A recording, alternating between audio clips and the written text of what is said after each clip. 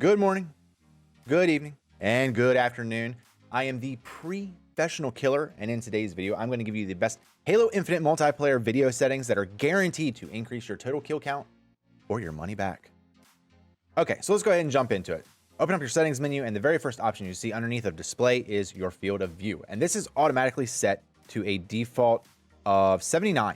Okay, now increasing this is guaranteed to immediately impact your performance in a very positive way.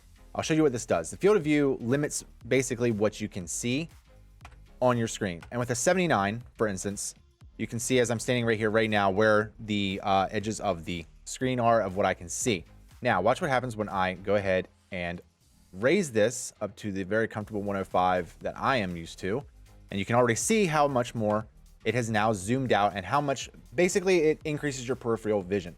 This is the utmost important setting that you need to adjust immediately. This is all based off of personal preference and is something that you have to play around with to find your own comfort zone. The only thing about this is if you raise it too high up, it can actually be a little bit difficult to see objects and people that are further away. So let me just give you an example here. If you look at the window, this is what you currently see. By raising my peripheral again, let's go all the way to the max of 120 of how much smaller it is on the reticle. Okay, so imagine that being somebody who is even further away, and it can run into some issues with aiming, but of course it's a personal preference. Okay, so now that we've gotten the main setting out of the way, let's go ahead and run through the rest of these options fairly quickly. So the main point, let me just reiterate that the main point of this video is not to increase the maximum frames per second that you're going to be getting. This is more so my personal beliefs on what makes it easier to increase your kill count, as in seeing players and being able to react, not just lowering all of your settings to the lowest possible setting just so you can get like 250 frames. Okay, so let's go ahead and run through the rest of these. Display adapter, display monitor, all of these are extremely self-explanatory. Borderless full screen, they do not have a full screen mode yet. Don't know if that's going to be later on or not. Resolution scale, you don't need to mess with. Minimum frame rate, this is something that I would suggest. Put it to whatever makes you the most comfortable. I just set mine to 60. Because anything less than 60 is obviously not worth playing. But what this does is that if your frames do start to drop, then the game itself automatically adjusts itself to bring those frames back up. That way you're not falling below whatever threshold you set. Okay, VSync, not necessary. It increases your input lag. Going down to the graphics settings. Obviously, anti-aliasing, there is really no graphical impact that I noticed going from low to high. Put this on high. Texture filtering, ultra, in my opinion. A lot of people are going to probably argue with that. I didn't see a huge change to my VRAM usage on my graphics or notice a considerable FPS drop. Texture filtering definitely helps you see things much crisper. There is, in Halo Infinite, there is no settings that differentiate between your environment and the actual player models. So everything is combined into one. It helps to see the players against the backdrops if your textures are much higher. Ambient occlusion is not something that you need. Put that to low. Texture quality is medium. I found if you go above that, it's going to drop your frames quite dramatically. So just keep that in mind. Geometry quality, high.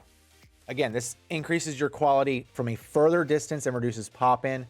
I found that there was no FPS drop with this, and that it was just worth turning up to high just for the extra detail from a further away. Reflections are off. They're not necessary. Depth of field, low. Shadow quality, low. This is going to be your biggest impact when it comes to your FPS, but your FPS is going to take the biggest hit by utilizing your shadow quality. So keep that on low. Lighting quality, low. Volumetric fog quality, off. This is unnecessary, especially in multiplayer. All it does is literally, I guess, adds fog in the game, restricts your view. Not necessary, turn it off. Cloud quality, low. Dynamic wind, off. Why? You don't need it.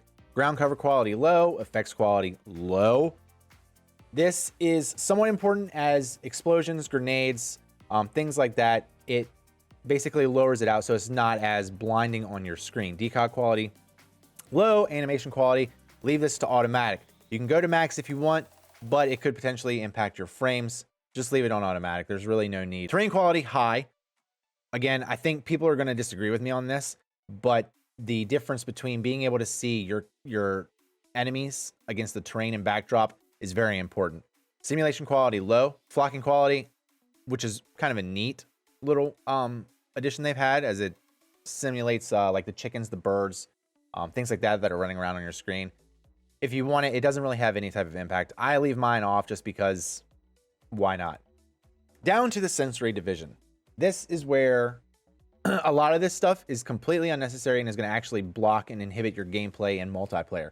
Blur, 0%. You don't need it. You don't need to see any type of distortion while you're trying to quickly move around in a hectic multiplayer battle. Turn this to 0%.